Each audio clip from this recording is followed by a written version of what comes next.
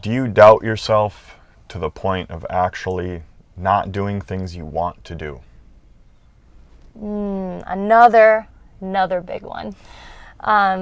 Of course, a lot of our examples that we're going to have are coming directly from the van because we're in it. This is real time experience for us. So this one just happened a few days ago. We went on a walk with two of our friends that we met traveling, and we were hiking and going up hills and like just having a lot of fun. And when we changed elevation and got higher up the mountain, I really started to have a lot of anxiety. And I was stressing out, and I was feeling just down on myself because everyone else was way ahead of me. I was moving slower, and I was scared. So all of these things on top of fear left me questioning why I even went in the first place. I have a tendency to do that. When things get hard, I choose to turn around and I choose to take the easier path. And I think we all do to some degree. But for me especially, it was very real in this moment. And I wanted to be there. I wanted to experience this hike.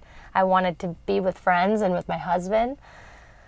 But I was afraid. I was really, really afraid. And the higher that we got and the more we climbed, all I could think about was, I have to get down. How the hell am I going to get down? And I did. I did it. And I'm so proud of myself.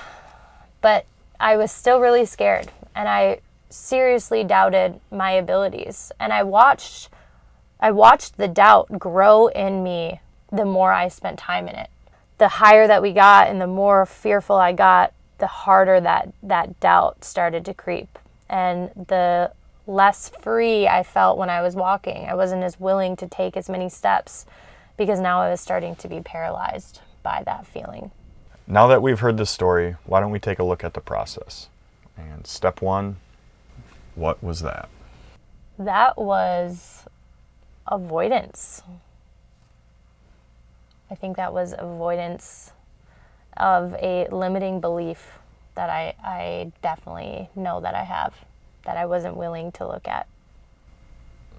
So you've already stepped in and rolled into that was a limiting belief that you had that is just kind of carried with you. And where do you think that came from? Just the idea of holding on to a limiting belief. I think for me, this one comes from a really deep belief of not feeling smart, which I know doesn't really seem like it makes a lot of sense, but in this context, I didn't feel like I was smart, so I didn't understand things. And I always felt so stupid asking questions because asking questions meant I didn't know. But the reality was that I didn't know, and I needed to know the answers.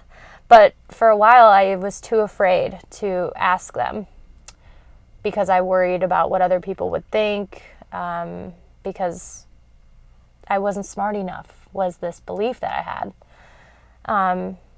But underneath that was I just really wanted to know. I love adventure. I love exploring. It's the unknown that's scary. It's the doubting yourself in the unknown.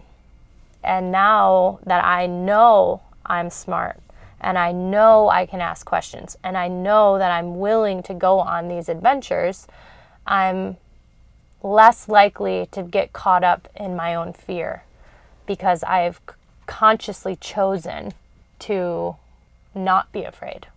And moving on to step 3, where did that come from, and is it yours? Yeah, it is.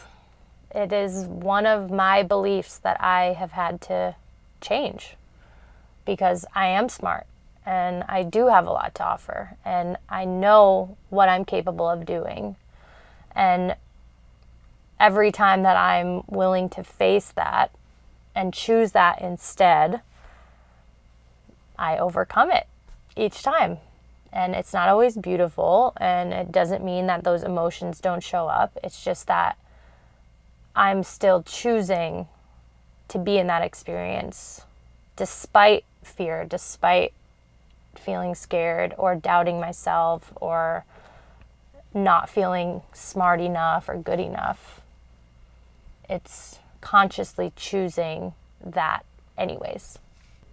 And now that you've had a little bit of time to sift through what you've been feeling, why don't we move on to step 4, and that's the application or the course correction.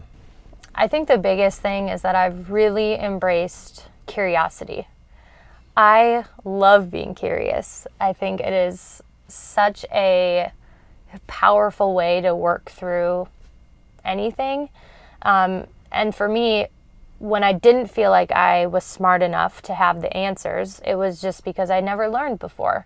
And so now I own that. I am willing to say that to people. I'm willing to tell them, I never learned this, so could you teach me? Or I really want to learn this. Tell me everything that you know.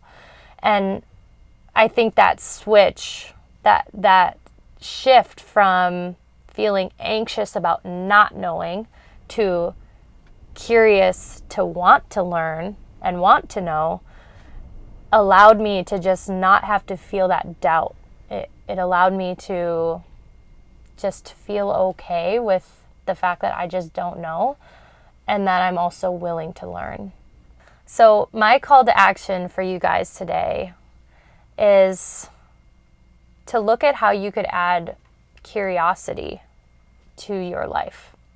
What would it be like to feel free when you're asking a question because you're just curious? You just want to know. Write about that.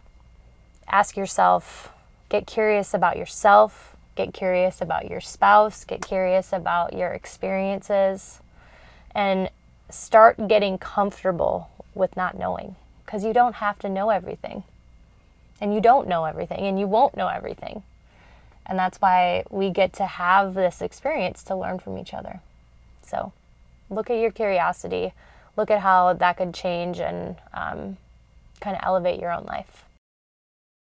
Hey y'all, thanks for watching, and as always, like, comment, share, and we drop new material every Monday, Wednesday, and Friday.